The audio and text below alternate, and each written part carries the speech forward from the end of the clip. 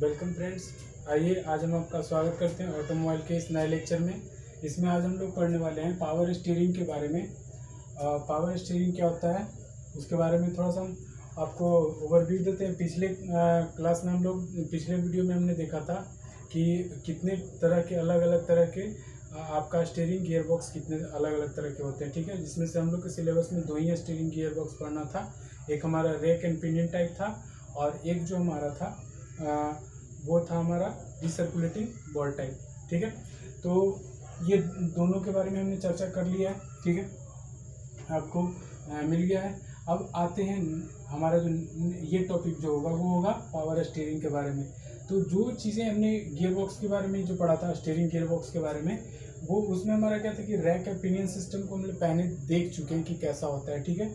Rack and pinion system कैसा होता है ये चीज़ हमने देख लिया है। मान लेते हैं कि ये हमारा स्ट्रेट आउट एक शाफ्ट है जिसपे गियर कटे हुए रहते हैं। इस तरह से आपका गियर कटे हुए हैं, ठीक है, दोनों तरफ हो सकते हैं ये, ठीक है।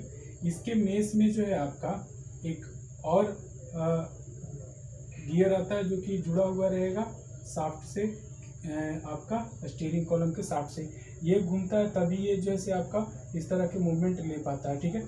उसको हम दिखाएं, ये हम जो हमारा है इसमें रैक एंड पिनियन सिस्टम यहाँ पे भी होगा, ठीक है। जैसा rack and pinion gear system था यहाँ पे, वही रैक एंड पिनियन सिस्टम यहाँ पे भी होगा। जो टाई रड जो है, टाई रड पे ही आपका क्या कटे रहेंगे, गियर कटे रहेंगे, ठीक है।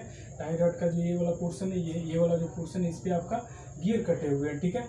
और इसी में आपका एक ये कहें कि हम इसमें रिजर्वायर टाइप से लगा देते हैं, जिससे क्या होता है कि इसमें फ्लूइड भरे हुए होंगे, ठीक है। इसमें फ्लूइड भरे हुए होंगे। ये आपका मूवेबल आपका स्लिट होगा, ठीक है। मूवेबल स्लिट होगा जो क्या करेगा कि अगर आप इसको रोटेट करते हैं तो इधर के फ्लूइड को इधर जब जाएगा तो ये इधर की ओर डिस्प्लेस होगा, ठीक है। और जैसे ही आपको ये मूवमेंट उल्टा देंगे तो ये क्या होगा, इधर से आपका फ्लूइड इधर जाएगा और इधर से आएगा। तो जब इसमें फ्लूइड आएगा तो ये स्लिट इधर आएगा, ठीक है। और उसके ये जो इधर से आपका जो लिक्विड है वो उसमें जाके फिल होता है, ठीक है। तो क्या होता है कि से आपने ये इस चीज़ को हम लोग व्यवस्था में लाते क्यों हैं, तो ऐसा हम लोग देखते हैं कि से अगर मान लेते हैं कि इन चीज़ों को हम इग्नोर करें, ये चीज़ जैसे हमारा हाइड्रोलिक सिस्टम जैसे नहीं है, ठीक है, यानी पावर स्टीयरिंग नहीं है, ऐसे ही है, तो क्या होगा कि से जो आपको यहाँ पे मूवमेंट मिल रहा है, यानी कि जब आप मूवमेंट देंगे तो उसमें पावर आपको ज़्यादा लगाने पड़ेगा, यानी कि इफर्ट आपका ज़्यादा लगाना पड़ेगा, ठीक है। तो वो इफर्ट को कम करने के लिए, उस इफर्ट को कम करने के लिए हम लोग इसका इस्तेमाल करते हैं, हाइड्रोलिक सिस्टम का इस्तेमाल करते हैं। इससे क्या होता है कि से हम लोग को ताकत कम लगानी पड़ती है और जो है हम लोग कम ताकत लगा करके आसानी से टर्निंग मूवमेंट ले पाते हैं, टर्निंग मोशन ले पाते हैं, ठीक है। व्हील के टर्निंग मूवमेंट मोशंस को हम लोग इजीली अचीव कर लेते हैं, ठीक है। तो ये सिस्टम जो है इफर्ट को कम करने के लिए, हमारे ड्राइवर के इफर्ट को कम करने के लिए हम लोग इस सिस्टम का इस्तेमाल करते हैं, ठीक है। तो इसमें हमारा जैसा व्यवस्था दिख रहा है आपका क्या है कि ये जो आपका रोटरी कंट्रोल वाल्व लगा हुआ रहता है, ठीक है। इस यहाँ से आपका जो फ्लूइड है इससे होकर करके आपका जाता है, जिससे आपको इसको टर्न लेने में यानी कि रोटेट करने में थोड़ा आसान पड़ जाता है, ठीक है, यानी कि आसानी सुविधाजनक होती है, ठीक है। अब जब ये सुविधाजनक बना तो उसके कारण से क्या होता है कि हम लोग को ये जो मोमेंट है, यानी कि ये जो मोशन अचीव करना, टू एंड फ्रो वाला जो मोशन अचीव करना जो है, इधर टाई रड इधर और इधर जो मोशन करेगा वो थोड़ा आसान हो जाता है, ठीक है। वो मोशन थोड़ा आसान हो जाता है, ठीक है। अच्छा, तो वर्क अगर हम इसका कंस्ट्रक्शंस की अगर बात करें तो कंस्ट्रक्शंस में हमारा क्या दिख रहा है, आपका रोटरी कंट्रोल वाल्व लगा हुआ रहेगा, एक हाइड्रोलिक पंप लगा हुआ रहेगा, रिजर्वायर आपका इसमें फिटेड है, ठीक है। ये वाल्व लगे हुए रहेंगे, ठीक है। जनरली यहाँ पे थ्री वाल्व का भी सिस्टम हम लोग इस्तेमाल करते हैं, ठीक है। थ्री वाल्व का सिस्टम किस तरह से वर्क करता है वो देख लीजिए। मान लेते हैं कि इधर से आपका एक वाल्व है, एक वाल्व इधर से है आपका, ठीक है, एक वाल्व जैसे आपका इधर से है, ठीक है। तो देखिए किस तरह से वर्क करेगा। यहाँ पे हमने वाल्व लगाया तो वाल्व अगर इस पोजीशन में अगर है, ठीक है, इस पोजीशन में अगर वाल्व है तो क्या होगा कि से लिक्विड जो है इधर से आपका लिक्विड क्या होता है कि इस लिक्विड को वो अलाउ क्या करता है कि इधर से डालता है, ठीक है। और ये क्या करेगा कि से इधर से लिक्विड आने के बाद वो इस तरह से चला जाएगा, ठीक है, इस तरह से वो चला जाएगा, ठीक है, इस तरह से वो चला जाएगा। अगर मान लेते हैं कि वाल्व आपका कुछ इस तरह से अगर है, वाल्व अगर इस तरह से अगर है, इस तरह से अगर वाल्व है, ठीक है, यहाँ ये पोजीशन में रहेगा, तभी तो यहाँ से जो लिक्विड आएगा वो इससे जा सकता है, वापस अपने रिजर्वायर में जा सकता है। तो ये 3 वाल्व वाला भी सिस्टम आप इस्तेमाल करते हैं, लेकिन यहाँ पे हमने 2 वाल्व वाला सिस्टम इस्तेमाल किया, ठीक है, ऐसा वाल्व वाला सिस्टम इस्तेमाल किया जिसमें हमको एक स्लाइडिंग स्लिट की ज़रूरत पड़ रही है, ठीक है, जो क्या करता है, इसका फंक्शन हमारा क्या होता है, इसे आपने जो टर्निंग इस तरह से लिया तो यहाँ से क्या होगा कि फ्लूइड जैसे इस तरह से गया और ये मूवमेंट आपको दिखाया है हमने, ये मूवमेंट के जरिए यहाँ पे जाएगा पंप में, और यहाँ पे तो चूंकि ऑलरेडी भरा हुआ लिक्विड है यहाँ पे, तो ये रखेगा तो नहीं, वो भी ट्रांसफ़र करेगा, और इस लाइन के थ्रू, ये जो फ्लूइड लाइन दिख रहा है इसके थ्रू आपको यहाँ पे आता जाएगा, ठीक है। तो चूंकि ये स्लिट इधर ट्रांसफ़र हुआ है तो निश्चित रूप से वॉल्यूम तो बचा होगा, तो इसमें आकर करके लिक्विड जैसे फिल होगा, ठीक है। और जैसे जैसे फिर आप उल्टा मूवमेंट देंगे, इस तरह का मूवमेंट अगर देंगे तो क्या होगा कि इसे इधर से आपका जाना शुरू हो जाएगा, ठीक है, ये मूवमेंट लेना शुरू होगा और फिर यहाँ से जाएगा तो इधर से आपका आना शुरू हो जाएगा, और ये जो इधर स्लिप जो से आपका इधर आएगा, तो इसमें आपका स्पेस बनेगा तो इसमें आकर के फिल होगा, ठीक है।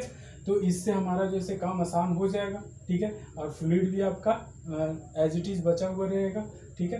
तो ये हमको जो इफर्ट लगता है उसको कम करने के लिए हम लोग इस पावर स्टीयरिंग का इस्तेमाल करते हैं, ठीक है। इसमें जो लिक्विड इस्तेमाल करते हैं वो हाईली कंप्रेस्ड हाइड्रोलिक फ्लूइड होता है, ठीक है, हाईली कंप्रेस्ड हाइड्रोलिक फ्लूइड होता है, ठीक है। कंप्रेस्ड इसलिए हम लोग उसको कर देते हैं ताकि जो है ये जो हमारा वर्किंग है उसमें हम लोग को वाइड देखने को ना मिले, ठीक ना। वाइड करने का मतलब है इसे फेलुअर ना हो, ठीक ना, वो फेलुअर ना हो।